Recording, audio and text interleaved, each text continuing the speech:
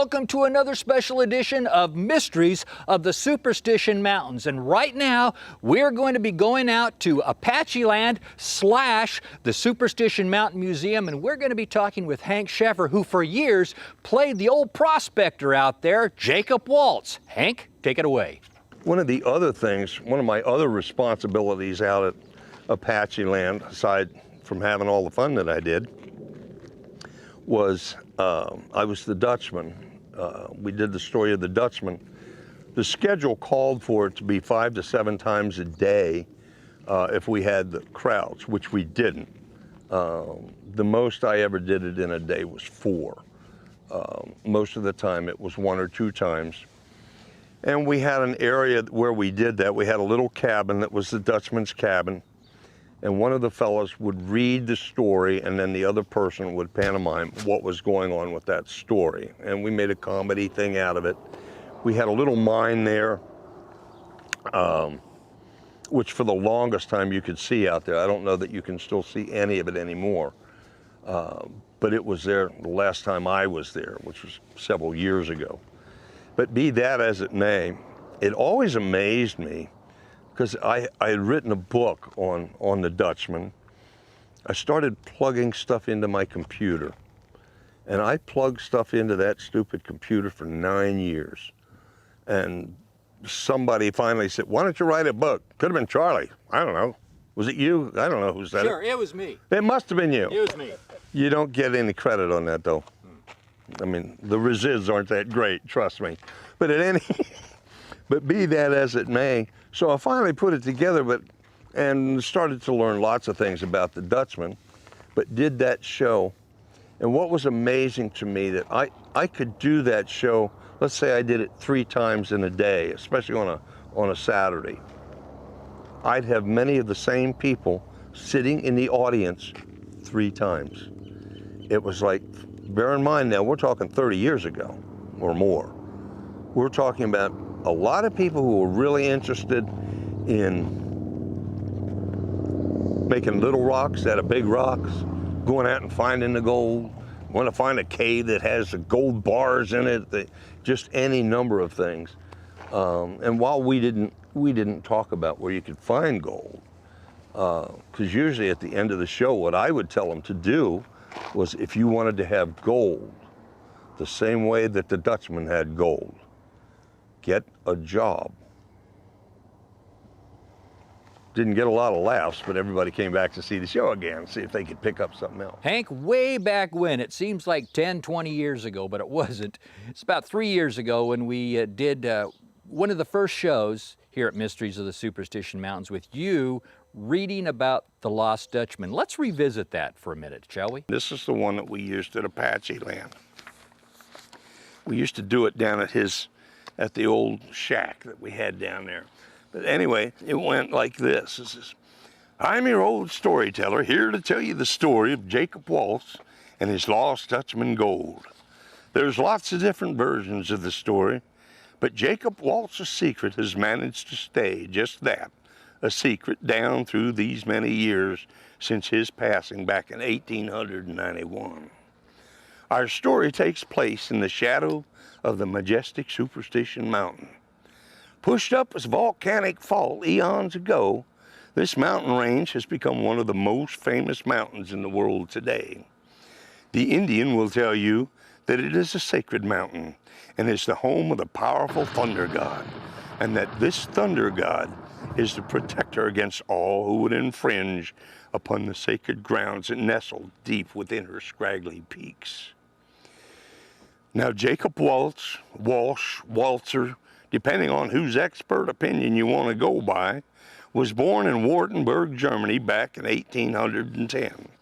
Some folks will tell you it was 1808, but the most widely accepted date of his birth is 1810.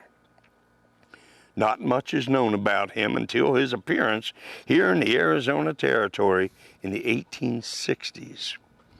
The archives in the state capitol in Phoenix will tell you that Jake was a miner in the old Vulture mine up there to Wickenburg. What the archives don't tell you is that he was a high-grade ore. You see, wagers for miners wasn't all that great in those days, and high grading was a pretty good way to supplement one's income. Now, though he was never caught at it, it was pretty sure that that's just what he was doing. And folks, high grading is just plain stealing.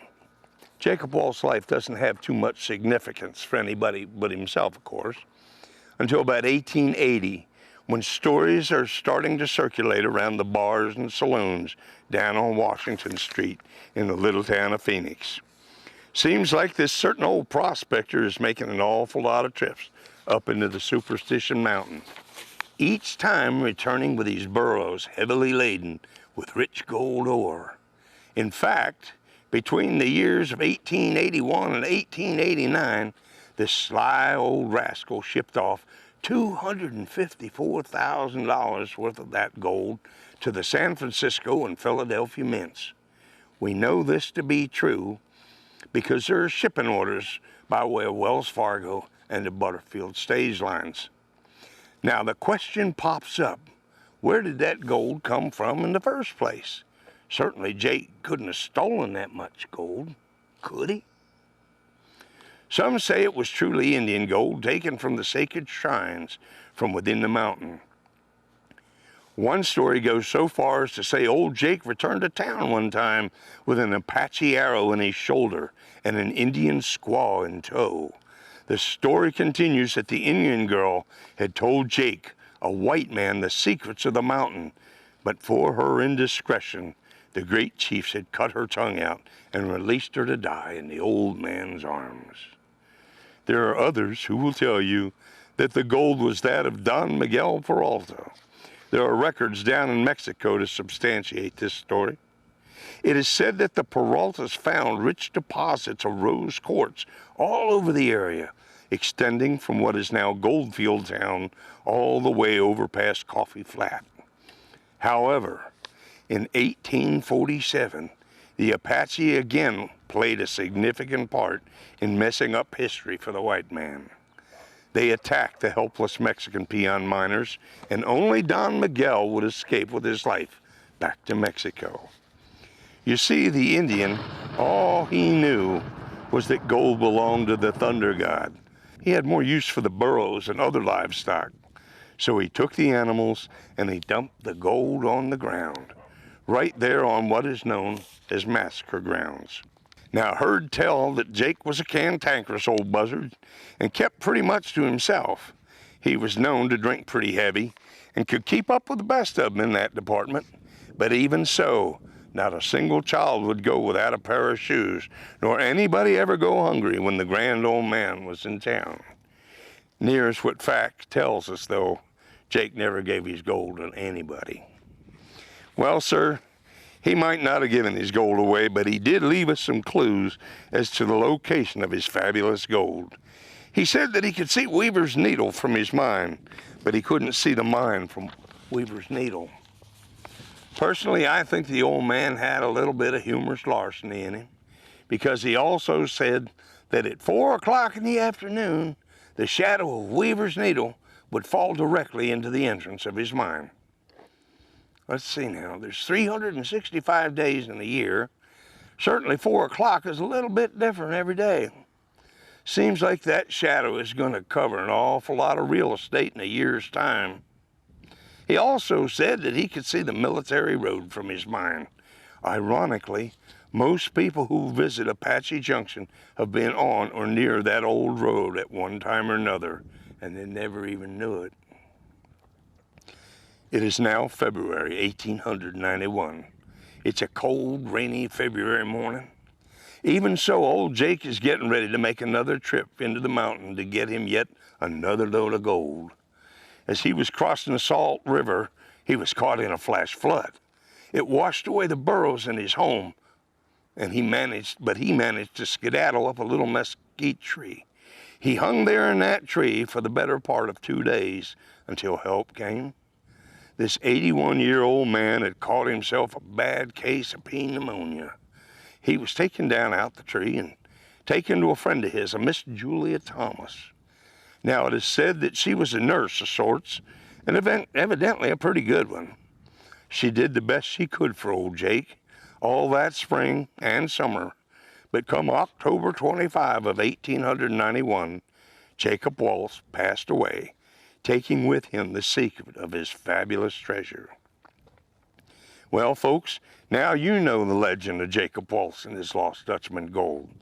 But the mystery surrounding the Dutchman may never be solved. You'll have to draw your own conclusions. Was it Indian gold? Was it the gold of Don Miguel Peralta? Or was the old man simply a very clever thief? I don't think we'll ever know for sure, but I can tell you this. As long as men venture into the mountain, men will die. Many have already. Men like Adolph Ruth, Al Morrow, Jay Clapp, and Old Man Piper. As long as there is that dream and that thirst for adventure, men will seek out the gold of Jacob Waltz.